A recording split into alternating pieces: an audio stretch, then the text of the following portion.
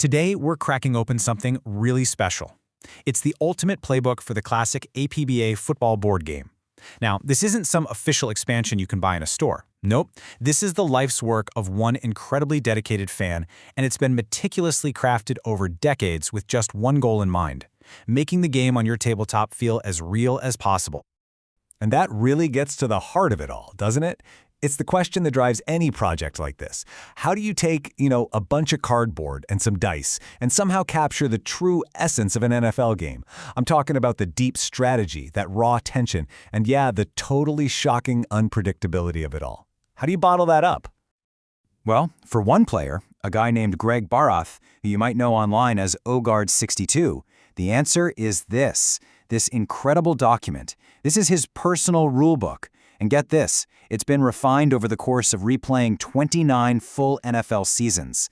Think about that for a second. This is so much more than just a list of house rules. It's a master craftsman's quest for perfection. All right, so let's dig in. Where do you even start with a project this massive? Well, OGuard62 started by tackling one of the game's biggest challenges, building a smarter, more dynamic defense. One that actually feels like it has a real say in what happens on the field. So here's the problem he was trying to solve. In the base game, you could have an absolutely elite, top-tier defense going up against a totally average offense, and the game would kind of treat them the same. The result of the play was almost all about what the offense did. The defense, it felt like they were just along for the ride, not an active force in the game. And the solution he landed on is a brilliant system called Fletch 67. And what this does is, for the first time, it really gives the defense a voice. It lets a defense's specific strengths, like are they amazing against the pass or are they dominant against the run, it lets those strengths directly influence the play before you even figure out the final result. It's a total game changer. And it works so elegantly. Okay, so picture this. The offense calls a run. You roll the dice, and here's the key part. Instead of going straight to the running back's card, you first check a chart.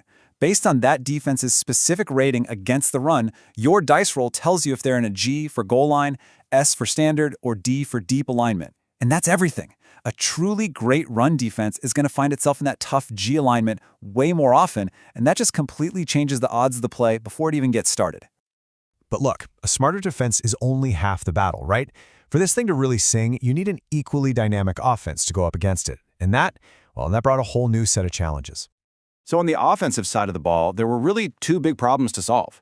First, the standard game math kind of squashed all the ratings together. It meant that a really high-powered, explosive offense didn't always feel that much more dangerous than a totally average one. And then there was that classic dilemma, the one APBA players have debated for ages.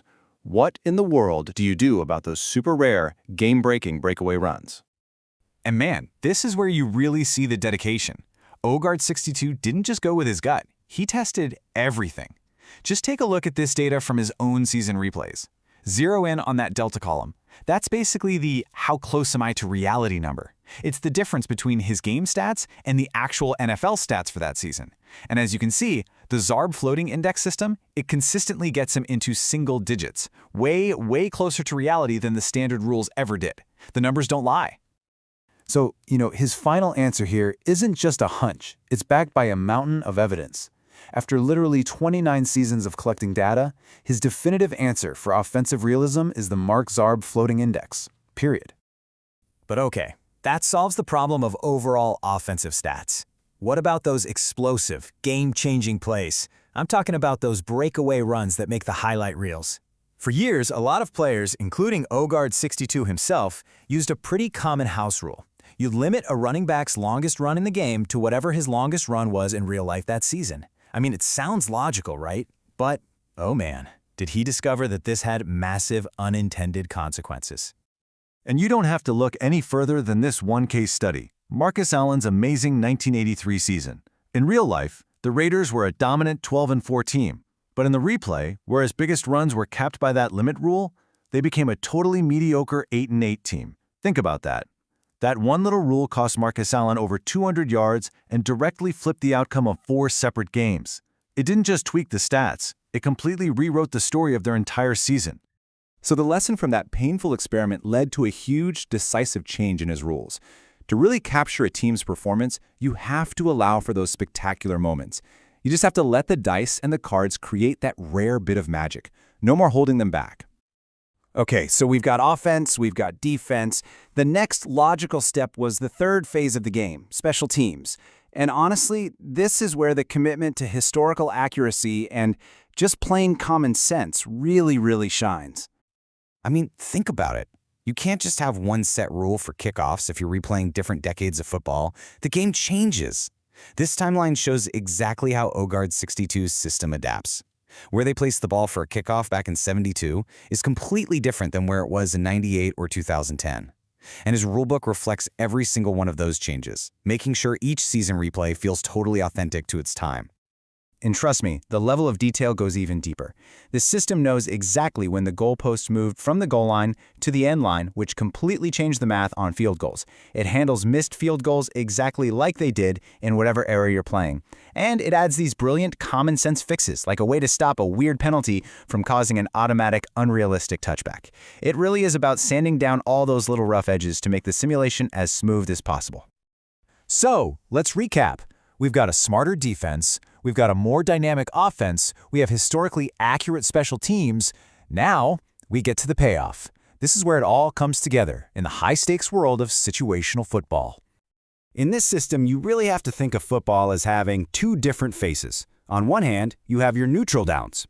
First and 10, second and 7, that's the bulk of the game. But then you have the situational downs. We're talking third and long or goal to go. The moments that make or break a drive, the plays that decide games. And when you get to those downs, a whole new layer of rules suddenly kicks in. On these critical downs, and only on these downs, the game completely changes. Now, the defense can blitz, the offense can call an audible at the line of scrimmage, the defense can bring in a nickel or dime package, which triggers a special reduction rule that makes passing a lot harder, and a bad roll for the defense at the wrong time, that could lead to blown coverage on a pass play or blown gap control on a run.